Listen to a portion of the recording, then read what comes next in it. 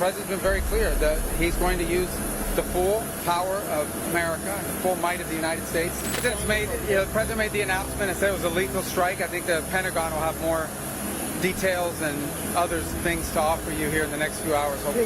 Say what kind of vessel it was? Yeah, vessel. The drug vessel was carrying drugs. Size? I'll refer you to the Pentagon. They'll give you more details on that when in the next. I anticipate shortly, probably while we're in the air. How many deaths with the lethal force? Again, look, I'm trying to be evasive. I'll let the Pentagon answer that. Suffice it to say that the president is going to be on offense against drug cartels and drug trafficking in the United States. It destabilizes not just the country, but the entire Caribbean basin. These particular drugs were probably headed to Trinidad or some other country in the Caribbean, at which point they just contribute to the instability these countries are facing. So the president's been very clear that he's going to use the full power of America, the full might of the United States, to take on and eradicate these drug cartels, no matter where they're operating from and no matter how long they've been able to act with impunity. Those days are over. The vessels are still in the region. Do you plan those operations? Do you expect those operations to continue? I think as long as those vessels are in the region and as long as the president's in the White House, he's made very clear he's not going to allow the United States to continue to be flooded with cocaine and fentanyl and other drugs coming from different places. This one from Venezuela, which is a common route. But by the way, some of it ends up in Europe. A lot of it ends up in Puerto Rico and then on into the United States, mainland. So no one should be surprised. That's why they're there on a counter-drug mission, and they're going to continue to operate.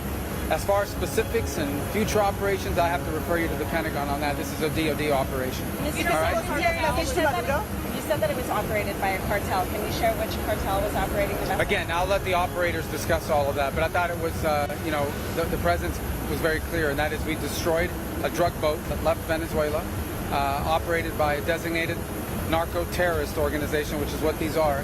And he's been clear that the days of acting with impunity and having an engine shot down or a couple drugs grabbed off a boat, those days are over. Now we are going to wage combat against drug cartels that are flooding American streets and killing Americans. Will you take out the Maduro regime? What is the legal authority for this strike? The legal authority? Yeah. Well, look, again, I'm not going to answer for the White House counsel. Suffice it to say that all of those steps were taken in advance. The president has designated these as terrorist organizations, which is what they are. When you flood American streets with drugs, you are terrorizing America, and that's going to end. Will you act on Venezuelan soil against the Maduro regime? Well, this is a counter-drug operation. We're going to take on drug cartels wherever they are and wherever they're operating against the interests of the United States. The president's top obligation is to secure the national interest and the national security of our people. I know of no president that means that more than this one, our president now, President Trump.